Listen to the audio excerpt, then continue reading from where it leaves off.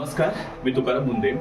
आयुष्याच्या वाटेवर जीवन जगत असताना मनाची एकाग्रता हा जो विषय आहे तो खूप महत्वाचा आहे. काही लोकांना वाटतं की जी मनाची एकाग्रता आहे ती फक्त जे विद्यार्थी वर्ग आहे त्यांच्यासाठी महत्वाची आहे आणि आपल्यासाठी महत्वाची नाही असं काही लोकांना वाटतंय.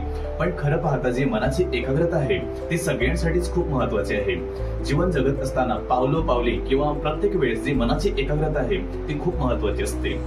आता मनाची एकाग्रता म्हणजे काय की ज्यावेळी समजा आपलं जे मन आहे ते शांत असेल, स्थिर असेल किंवा एकाग्र असेल किंवा चंचल नसेल किंवा जे मन चांचल्य असेल ते कमी असेल त्याला आपण मनाची एकाग्रता सांगू शकतो. आता ही जी मनाची एकाग्रता आहे ती आपण प्राप्त कशी करायची, जर समजा ही महत्वाची असेल तर आपण प्राप्त कशी करायची. आपल्या बरीचशी एक उदाहरणं माहिती आहेत की समजा ऋषी मुनी असतील त्यांची जी काही मनाची एकाग्रता आहे ती खूप चांगल्या प्रकारची असते. तर ती का असते? विशेष कारण म्हणजे असं की जे काही ऋषी मुनी असतील ते ध्यानस्थ बसतात आणि ध्यानस्थ बसल्यामुळे त्यांचं मन शांत असतं आणि जर शांत असतील तर ती काही मनाची एकाग्रता आहे त्या ठिकाणी वाढते. सो एक एक्झाम्पल आठवतंय स्वामी विवेकानंदांचं. स्वामी विवेकानंद एकदा जी होडी आहे त्या होडीने प्रवास करत होते आणि त्या होडीमध्ये बसता बसता पुस्तक वाचत होते आणि जे पुस्तक आहे ते एक पेज वाचलं की ते एक पेज फाडायचे आणि ते होडीमध्ये टाकायचे, दुसरं पेज वाचलं की ते फाडायचे आणि परत होडीमध्ये टाकायचे. असं ते कंटिन्यू चालत राहिलं. नंतर मग जो होडी चालक होता त्याला प्रश्न पडला की हा जो माणूस आहे तो एखादा पेज वाचतोय, फाडतोय आणि होडीमध्ये टाकतोय किंवा तो ते पेज फाडतोय आणि बाहेर फेकतोय, तर तो असं का करतोय?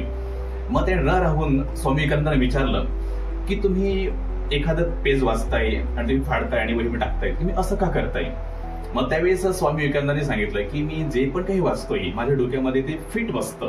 मग त्या माणसाचा किंवा त्या होडी चालकाचा विश्वास बसत नव्हता की एखाद्या माणसाची एवढी तल्लख बुद्धी कशी का राहू शकते. एखादा जो काही मुद्दा असेल तो लक्षात राहू शकतो, इट्स ओके, पण लाईन टू लाईन किंवा सगळं पूर्ण जे काही पेज आहे, पूर्ण कंटेंट आहे ते पूर्ण जसं तसं कसं काय लक्षात राहू शकतं, त्याचा विश्वास बसत नव्हता.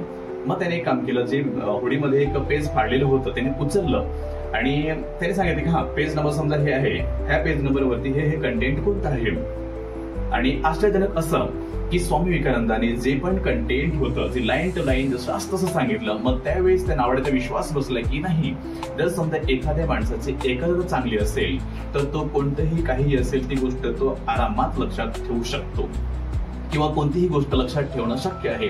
आणि हे कशामुळे तर ज्ञान साधना किंवा जे काही ध्यानस्थ बसणं ह्याच्याने ते शक्य होऊ शकतं. तर जर का समजा आपणही ध्यानस्थ बसून राहिलो किंवा समजा आपण प्राणायाम केले किंवा योगासन केलं तर जी मनाची एकाग्रता आहे ती आपण वाढवू शकतो. कारण की ही जी मनाची एकाग्रता आहे ती पावलोन पावली किंवा दिवसेंदिवस प्रत्येक वेळी आपल्यासाठी महत्वाची असते. समजा आज या ठिकाणी मी बोलतोय किंवा आपण एखादं कोणत्याही विचारात आपण बोलतोय त्यासाठी जी मनाची एकाग्रता आहे ती खूप महत्वाची असते.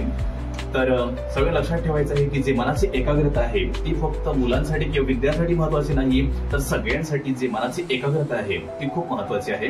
धन्यवाद.